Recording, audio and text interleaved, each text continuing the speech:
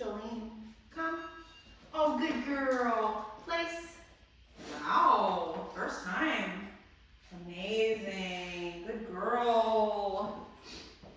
Good. Wow. Teaching place to Jolene. Amazing. She's a big lazy dog when she wants to be, so she'll probably like this a lot. Basically, the concept is she goes to the cot when I say place, and she stays until I release her, no matter what is going on around her. Right? Good. Good girl. So she's put herself in the down. We actually haven't taught down yet. That is next on our list, but she's always been offering downs on her own because she likes to be lazy like that. Good girl. Good girl. Let me teach her the release. Break. Wow. Good girl, Jolene. It is one of the best ways to practice impulse control with your dog. Okay? Place. Tap the tongue. Good. She gets on the bed. If she gets on and steps off, pressure's on. Place. I guide her back on.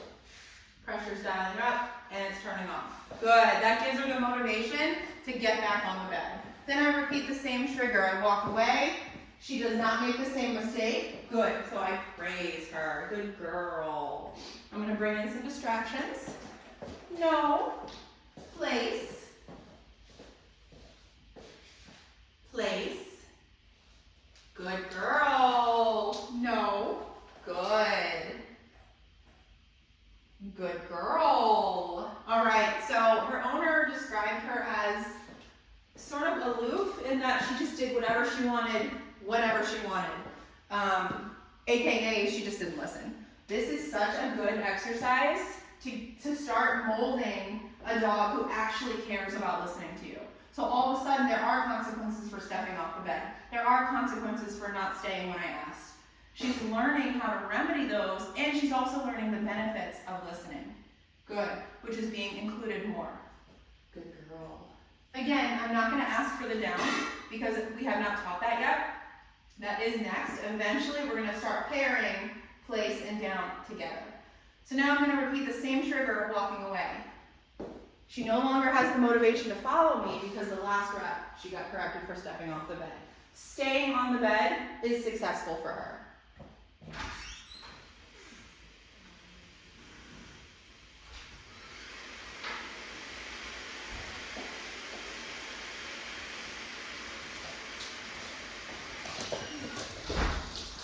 No. Pressure's on. Place. Pressure's off. It's held the entire time. Good. It just makes it very clear. So again, in this session, my goal is to 1, teach her to get on the bed when I tell her, and number 2, stay until I release her, and 3, how to remedy a mistake. Good. She'll get nothing but praise when she stays on the bed. She has a history of attacking the beagle, or at least growling, and going after the beagle housemates when they're sniffing around the room. That's why I've got my dogs out, sniffing around the room, moving freely around the room, and her job is to stay on the bed. Good girl. Good girl. Very clear. Good job, Jolene.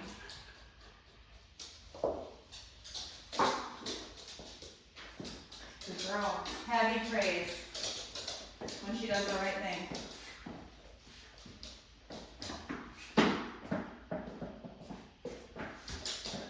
Get it, Iz. Get it, Izzy.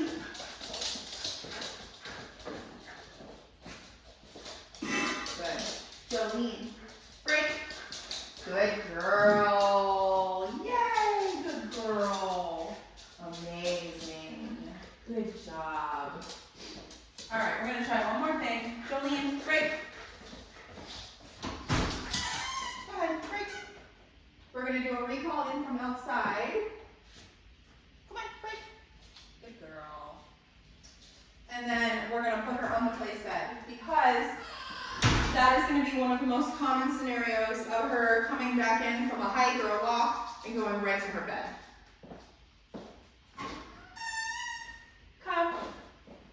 place. Good girl. Notice I can walk away, correct her. Back on, pressure's off. Then she settles. Good girl. Because she's a dog that has been just doing whatever she wants for a year now, using her weight to get her way, she'll probably make a little bit more mistakes than, say, a 6-month-old dog who doesn't have as much history of just moving around freely at her own free will. Good. Good girl. Very proud of you. Good job. Good. Good girl. We're going to try a recall here, and then we're going to go through the threshold. Jolene, come. Oh, good girl. Amazing. And she's not bumping into me at that recall. She is a little bit when she lays down, but that's okay. She's a good girl. I'm overall really happy with her attitude. Stay. And I open the door. Break. Good girl.